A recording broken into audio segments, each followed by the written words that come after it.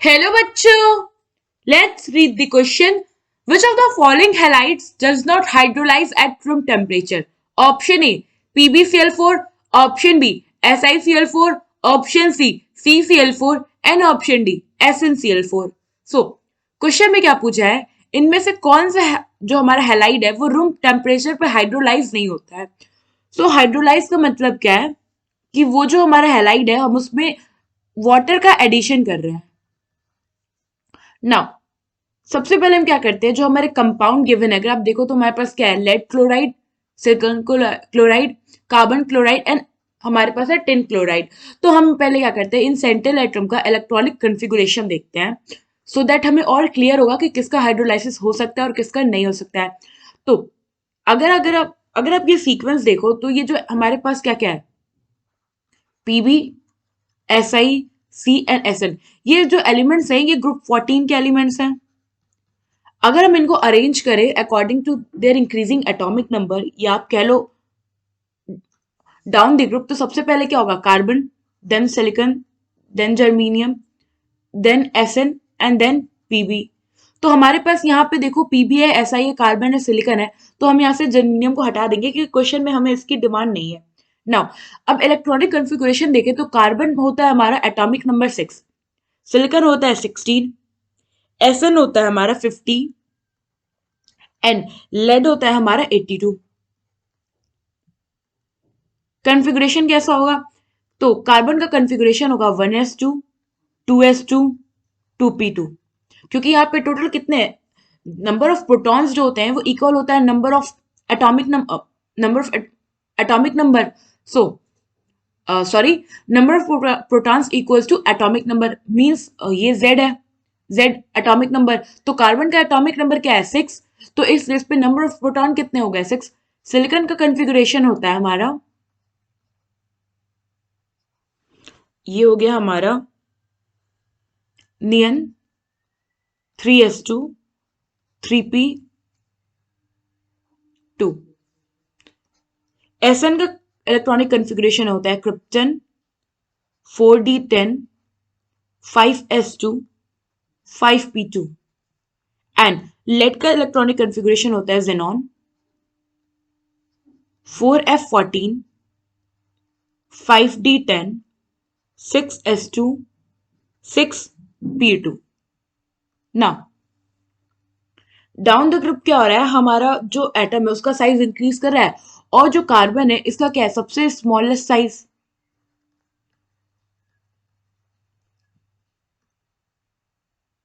सो अगर हम अपना कंपाउंड देखो कार्बन, तो कार्बन पे कितने ऑर्बिटल्स फ्री हैं टोटल, इस पे हमारे अगर आप पी ऑर्बिटल देखो तो ये हो गया हमारा पी सबशेल, ये हो गया इसके 3 ऑर्बिटल, 2 इलेक्ट्रॉन फिल है. इट मीन्स कि ये कितने और इलेक्ट्रॉन अपटेक कर सकता है, 4 इलेक्ट्रॉन अपटेक कर सकता है. 4 इलेक्ट्रॉन अपटेक किया तो उसने क्या किया, CCl4 बना लिया. नाउ अगर आप देखो इसके बाद क्या कोई और ऑर्बिटल हमारे पास खाली है, नहीं. वहीं अगर सिलिकॉन में देखो तो हमारे पास क्या है, 3d ऑर्बिटल है. एसएन के केस में हमारे पास क्या है, यहाँ पे अगर आप देखो तो हम पे क्या है, 5s2, 5p2, 4d10. इसके बाद हमारे पास फिर आगे भी फर्दर ऑर्बिटल्स मिलेंगे आपको. सेम लेड के केस में क्या है, हमें और भी ऑर्बिटल्स आगे मिल जाएंगे. तो यहाँ पे अगर आप देखो तो कोई भी वैकेंट ऑर्बिटल नहीं है कि वो और इलेक्ट्रॉन को अपटेक कर ले. और हाइड्रोलाइसिस में क्या होता है, ये जो हमारा H2 है, अगर आप स्ट्रक्चर देखो तो ये कुछ ऐसा होगा, ये हो गया हमारा ऑक्सीजन, इस पे हो गया इसके 2 लोन पेयर, ये हाइड्रोजन, ये हाइड्रोजन. तो हाइड्रोलाइसिस में क्या होता है, एडिशन होता है वाटर का, जो हमारा कैटायन बनता है उस पर हम लोग OH एड ग्रुप हो जाता है और जो हमारा एनायन होता है वहां पे क्या लग जाता है, जो अपना नेगेटिव पार्ट होगा वहां जाके H ऐड हो जाएगा. सो यहाँ पे क्या है, CCl4 के केस में कि जो हमारा कार्बन है उस पर वैकेंट ऑर्बिटल नहीं है तो ये इलेक्ट्रॉन पेयर कहाँ जाएगा, कहीं नहीं जा पाएगा. सो होता क्या है कि जो हमारा कार्बन वाला है CCl4 है, इसका हाइड्रोलाइसिस पॉसिबल नहीं होता है. एंड अगर आप रीजंस देखो तो फर्स्ट रीजन हमारे पास क्या है, CCl4 hydrolysis is not possible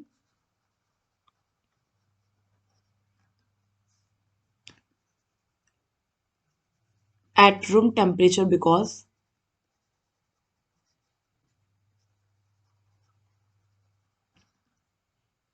so first reason हमारे पास क्या है कि non availability of vacant orbital. तो अगर आप देखो तो कोई भी इस पे वैकेंट डी ऑर्बिटल नहीं है कि इलेक्ट्रॉन की क्या हो सके, फिलिंग हो सके। तो फर्स्ट रीजन हो जाएगा हमारा non availability of vacant low lying orbital. अगर फॉर एग्जाम्पल टेक डी, क्योंकि जो हमारा डी ऑर्बिटल होता है वो कहाँ से स्टार्ट होता है, 3D से स्टार्ट होता है। मिनिमम जो डी ऑर्बिटल है वो 3D से स्टार्ट होता है। और अब जो अपना 3D है वो कहाँ से होता है, अपने सिलिकॉन में होता है। और उसके बाद फर्दर क्या होगा, डाउन द ग्रुप और वैकेंट ऑर्बिटल हमें फ्री मिलेंगे। बट फ्री में क्या होता है, कोई ऑर्बिटल नहीं होता, इसलिए इलेक्ट्रॉन फिल नहीं हो पाया ना। Second reason behind this is कि ये देखो क्लोरीन क्या है, सबसे स्मॉलेस्ट, सॉरी कार्बन सबसे स्मॉलेस्ट साइज है। ये ऑलरेडी क्लोरीन जैसे बड़े एटम से सराउंडेड है। तो अगर कोई इलेक्ट्रॉन पेयर समहाउ चाहे कि वो क्लोरीन पे जाके अटैक करे, लेकिन सॉरी कार्बन पे जाके अटैक करे, लेकिन क्लोरीन क्या करेंगे, सारे उसे रिपेल करेंगे, वो इलेक्ट्रॉन को कार्बन पे अटैक नहीं करने देंगे। So second reason is steric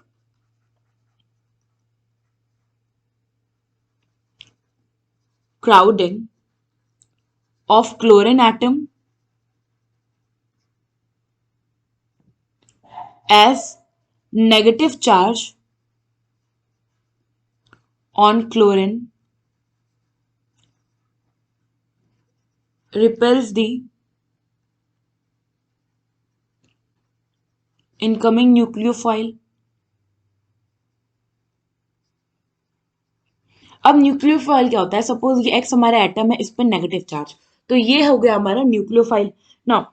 ये तो हो गया कि हमारा CCl4 हाइड्रोलाइज नहीं हो सकता, बट CCl4 को हम एक कंडीशन पे हाइड्रोलाइज कर सकते हैं। अगर हम CCl4 का क्या पार्शियल हाइड्रोलाइसिस करें एट सुपर हीटेड स्ट्रीम से। सो पार्शियल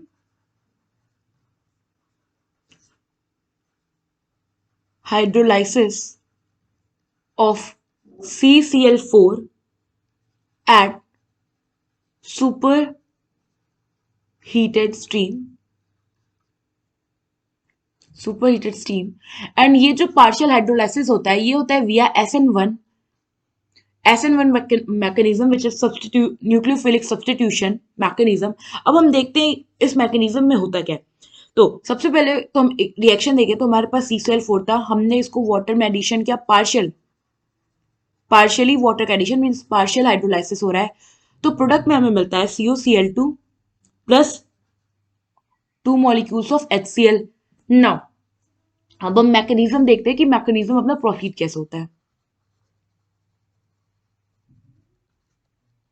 तो सबसे पहले तो ये हो गया हमारा क्लोरीन, सॉरी कार्बन, ये हो गया एक क्लोरीन, ये हो गया सेकेंड, थर्ड एंड फोर्थ, ये हो गया हमारा CCl4 मॉलिक्यूल। अब होता क्या है कि ड्यूरिंग पार्शियल हाइड्रोलाइसिस ये जो अपना Cl बॉन्ड है, एक Cl बॉन्ड टूट जाता है। ये बॉन्ड जैसे ही टूटता है तो अब हमें क्या मिला, एक Cl नेगेटिव एनायन और CCl3 प्लस कैटायन। अब वाटर था, वाटर हम इसमें डाले थे, तो अब क्या होता है, अगर कंप्लीटली हाइड्रोलाइसिस होता तो हमारा OH जाके कार्बन पे अटैक कर देता और H जाके क्लोरीन पे अटैक कर देता। बट क्योंकि यहाँ पे कंप्लीट हाइड्रोलाइसिस पॉसिबल नहीं है, पार्शियल हाइड्रोलाइसिस होती है, तो अब क्या होगा कि ये जो हमारा CCl3 है इस पे ऑक्सीजन का लोन पेयर जाके अटैक किया। तो जब ये लोन पेयर जाके इस पे अटैक करेगा तो ये हो गया कार्बन, इस पे लगा ऑक्सीजन, ये हो गया हाइड्रोजन, ये हो गया हाइड्रोजन।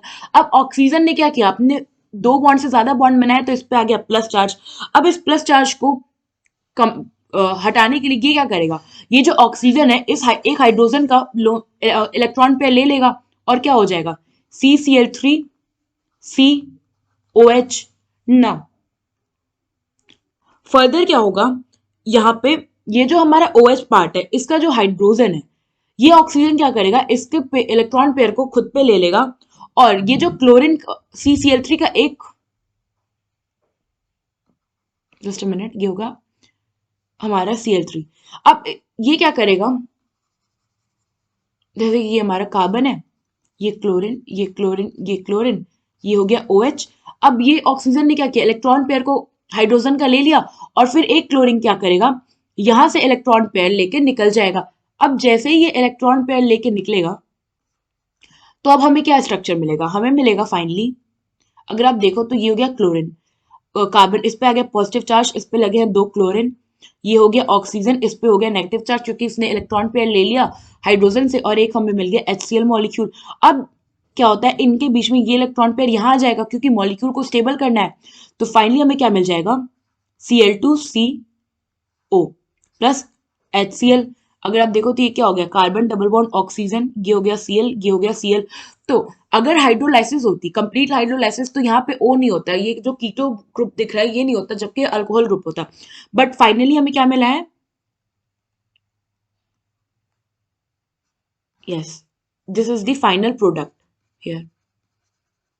सो इस वे में हमारा जो SN1 मैकेनिज्म है वो प्रोसीड करता है। तो यहाँ पे जो हमारा करेक्ट ऑप्शन होगा कि किसमें हाइड्रोलाइसिस पॉसिबल नहीं है रूम टेम्परेचर पे, वो होगा हमारा ऑप्शन सी। आई होप आपको ये क्वेश्चन समझ में आया होगा। Thank you.